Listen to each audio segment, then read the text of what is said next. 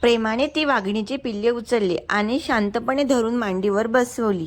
ती पिल्ले खूपच शांतपणे त्यांच्या मांडीवर विसवली, जणू त्यांना आई भेटली. खरंच जगन्माता परमेश्वर अवतार असलेल्या सर्वज्ञ श्री चक्रधर स्वामींमध्ये वाघिणीच्या पिल्लांना मातेचे प्रेम लाभले होते. तेवढ्यातच पक्ष्यांचा किलबिलाट अचानक थांबला.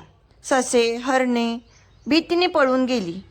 जंगलाची स्वामिनी वाघीण तिथे आली होती. भक्कम शरीर, टपोरे डोळे, उंचावलेली शेपटी. तिने पाहिले, एक मनुष्य तिच्या पिलांना मांडीवर घेऊन बसला आहे. क्षणामध्ये तिने भयंकर मोठ्याने गर्जना केली.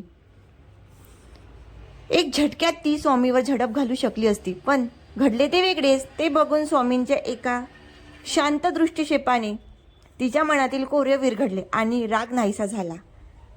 ती पूर्णपणे शांत झाली. जसे एक वासरू गायीचे पाय चाटते तसे तिने वाघिणीने स्वामींचे पाय चाटवत होती. स्वामींनी पिलांना उचलून त्यांच्या आईजवळ ठेवले आणि ते म्हणाले, तुझे पिल्ले मी सांभाळली, आता तू त्यांना घे. वाघीण आपल्या पिलांना प्रेमाने चाटू लागली. सर्व काही शांत झाले.